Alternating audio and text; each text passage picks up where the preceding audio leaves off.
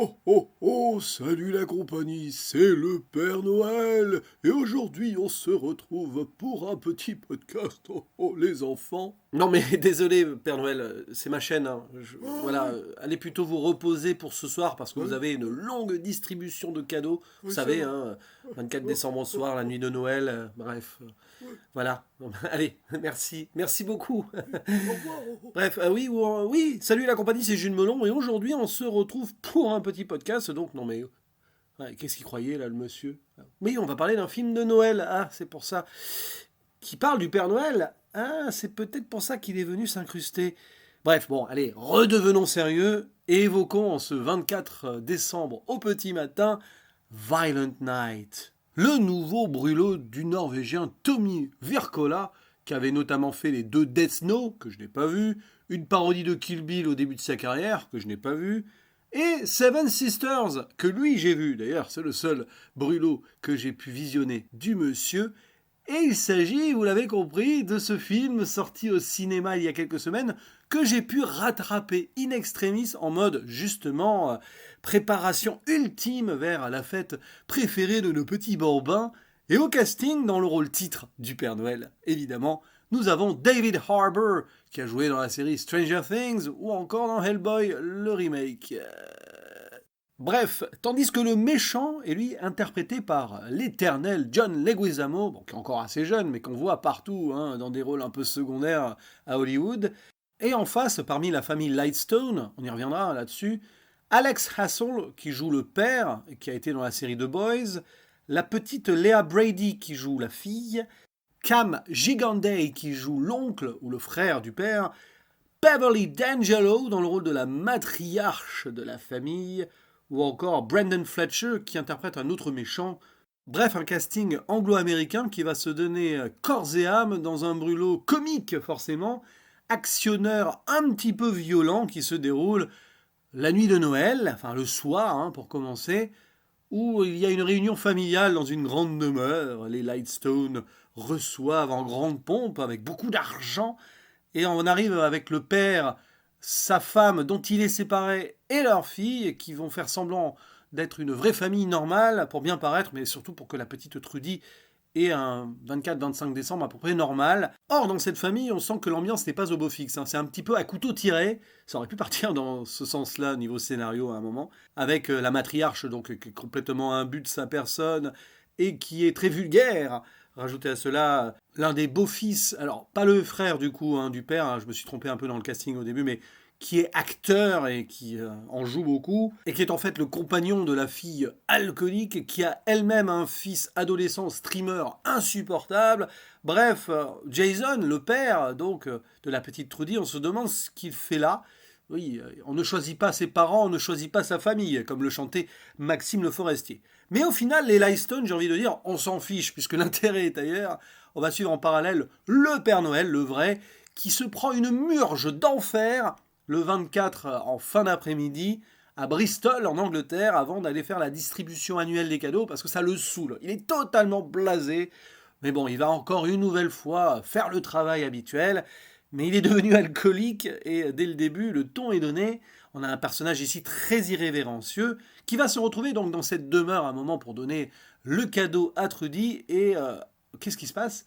Les Lightstone sont pris en otage par des mercenaires qui veulent l'argent menés par un certain Monsieur Scrooge qui montre bien qu'il déteste Noël. D'ailleurs, on va jouer là aussi dessus, interprété par un John Leguizamo en roue libre, mais de toute façon, le film l'est d'emblée. Et il faut l'accepter ainsi, parce que certes, ça pourrait être une sorte de nanar, mais tant que ça s'assume à 100%, moi je dis oui. Et j'ai passé un bon moment devant. Parce que là, on a l'archétype même du film de Noël qui est complètement parodié et sorti de ses codes tout en les utilisant. La bande-annonce m'avait un peu saoulé dessus parce que c'était trop forcé sur ce point. Mais là, c'est bien disséminé tout au long du métrage, donc ça passe. C'est certes un petit peu long pour ce que ça raconte, parce que tu peux aller vite fait à l'essentiel, t'as pas besoin d'essayer de développer des personnages de façon artificielle, si ce n'est pour forcément enrichir le récit, mais les mener à où les personnages? Bonne question. Donc là, par exemple, on peut enlever une vingtaine de minutes au film, et ça aurait selon moi encore mieux marché, en allant directement au but. Ici, ça essaye de tournicoter un petit peu autour et au final, bah, pas grand-chose n'est fait. Exemple, le personnage du jeune influenceur, là, c'est très amusant au début, tu te dis, il va y avoir toute une chose extraordinaire dessus. Non, c'est sous-exploité. Par contre, ce que le métrage utilise pleinement, c'est donc cette ambiance de Noël qui fait d'emblée artificielle dans cette grande demeure avec ses magnifiques décorations. Ouais, sauf que vive la famille, quoi. Et à côté, ce Père Noël qui vient donc faire le boulot et qui va se retrouver à devenir un héros, une autre forme de héros, j'ai envie de dire, pas que pour les enfants, pour cette famille. Et alors, il va se passer beaucoup, beaucoup, beaucoup de choses autour. Badass, évidemment. Et il va aussi être confronté à sa propre magie, ne la comprenant même pas, d'ailleurs, personnellement.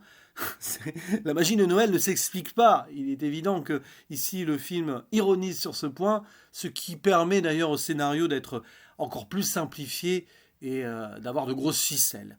C'est juste, voilà, c'est un beau délire. David Harbour est parfait dans le rôle du Père Noël, pour le coup, parce que ça assume son côté je m'en foutiste presque qu'il a dans ces rôles-là, mais c'est pas péjoratif ce que je dis.